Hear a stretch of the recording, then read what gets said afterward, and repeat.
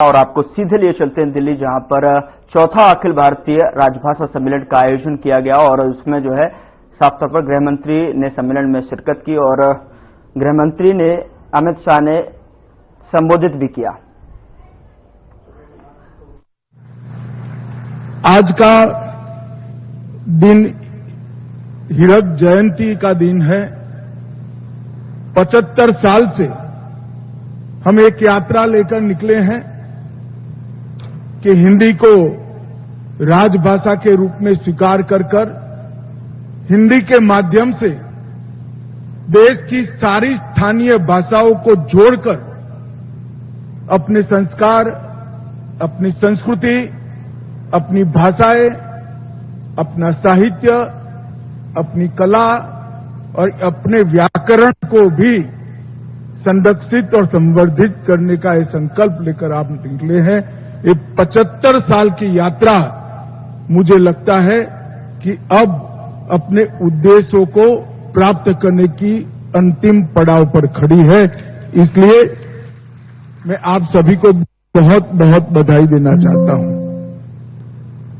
आज का दिन हिंदी को संपर्क भाषा, जन भाषा, तकनीक की भाषा और अब अंतर्राष्ट्रीय भाषा बनाने के संकल्प का दिन है।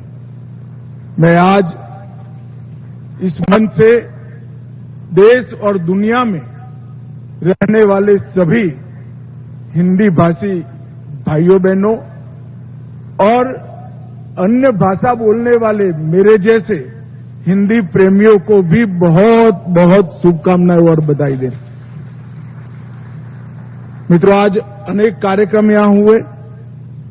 राजभाषा स्मारिका का लोकार्पण हुआ, स्मारक सिक्का और डाक टिकट भी लोकार्पित की गई, भारतीय भाषा अनुभाग का शुभारंभ किया गया। आज मैं आप सभी को ये बताना चाहता हूं कि ये जो छोटा सा बीज बोने के आप साक्षी बने हैं, आने वाले कुछ ही सालों में ये बीज वटवृक्ष बनकर हमारी भाषाओं की सुरक्षा का केंद्र बनेगा। भारतीय भाषा अनुभाग एक प्रकार से राजभाषा विभाग का पूरक अनुभाग बनेगा, क्योंकि राजभाषा का प्रचार और प्रसार तब तक हो ही नहीं सकता जब तक हम हमारी सभी स्थानीय भाषाओं को मजबूत न करें और राजभाषा का इसके साथ संवाद प्रस्थापित न करें। कई सारे लोग ऐसा प्रचार करते हैं कि हिंदी का स्थानीय भाषाओं के साथ स्पर्धा है। मैं आज इस मंच से बहुत स्पष्ट करना चाहता हूं कि हिंदी और स्थानीय भाषाओं का कभी स्पर्धा हो ही नहीं सकती है, क्योंकि हिंदी सभी स्थानीय भाषाओं की सखी है। इसमें स्पर्धा होने का सवाल ही नहीं। हिंदी और सभी स्थानीय भाषाएं एक प्रकार से एक दूसरे की पूरक है और इसलिए हमने निर्णय किया है कि भारतीय भाषा अनुभाग के माध्यम से हिंदी और सभी स्थानीय भाषाओं के बीच का संबंध मजबूत किया जाएगा, स्पष्ट किया जाएगा। कोई भी लेख, कोई भी भाषण, कोई भी साहित्य का प्रकार हिंदी में है तो इसका भावानुवाद हमारा राजभाषा अनुभाग देश की सभी भाषाओं में करेगा और देश की सभी भाषाओं के साहित्य, लेख और भाषणों का अनुवाद हिंदी में भी होगा, भावानुवाद भी हिंदी में होगा और ये मैं मानता हूं ये समय की जरूरियात है। मित्रों, आज कई प्रकार के परिमाणों से हिंदी को समृद्ध करने के लिए पुस्तकों का भी प्रकाशन हुआ है। इंडियन ओवरसीज बैंक की पुस्तक, जो बैंक के कामकाज में राजभाषा का उपयोग, इसके लिए भाषा संगम, इसको लोकार्पण किया गया। भारत इलेक्ट्रॉनिक्स लिमिटेड इलेक्ट्रॉनिकी और रक्षा और रक्षेतर शब्दावली का लोकार्पण किया गया। हिंदी कहावत कोष, मेरा सभी हिंदी प्रेमियों के आग्रह है, मैंने पुस्तक पढ़ा है, अंशुली जी ने मुझे 5 दिन पहले दिया था। डॉक्टर शरद अग्रवाल के पुस्तक को अगर आप पढ़ लेंगे तो बोलचाल की हिंदी भाषा बहुत समृद्ध हो जाएगी। डीआरडीओ, विज्ञान व विज्ञान, वो भी एक प्रकार से विज्ञान के क्षेत्र में राजभाषा को मजबूत करने वाला पुस्तक है। राजभाषा की सेवा करने वाले ढेर सारे लोगों को राजभाषा कीर्ति और राजभाषा गौरव पुरस्कार भी दिया गया।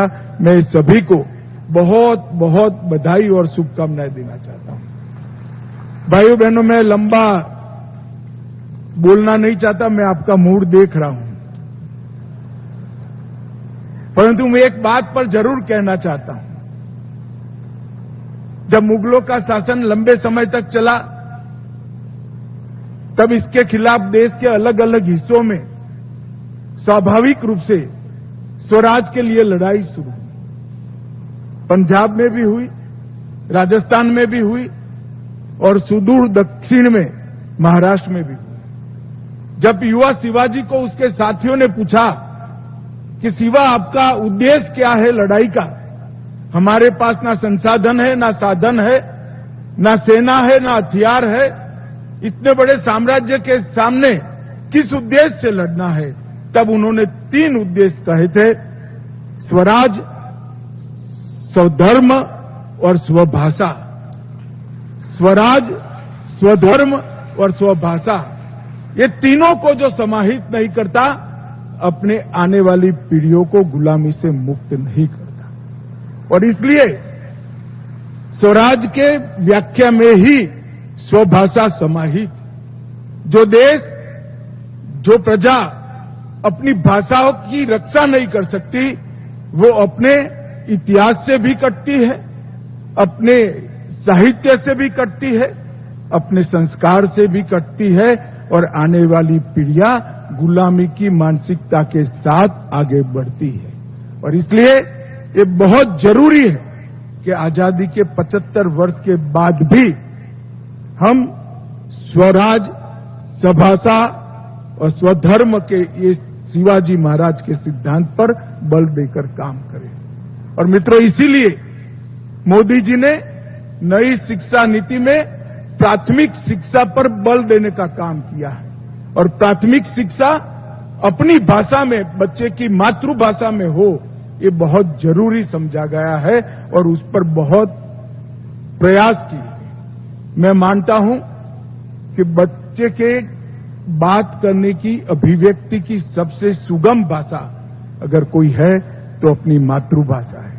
इसके सोचने की भाषा अपनी मातृभाषा है और उसके सोचने का, तर्क का, विश्लेषण का और निर्णय पर पहुंचने की जो प्रक्रिया है, जो इसको एक संपूर्ण बच्चा बनाता है, वो भी अपनी मातृभाषा है।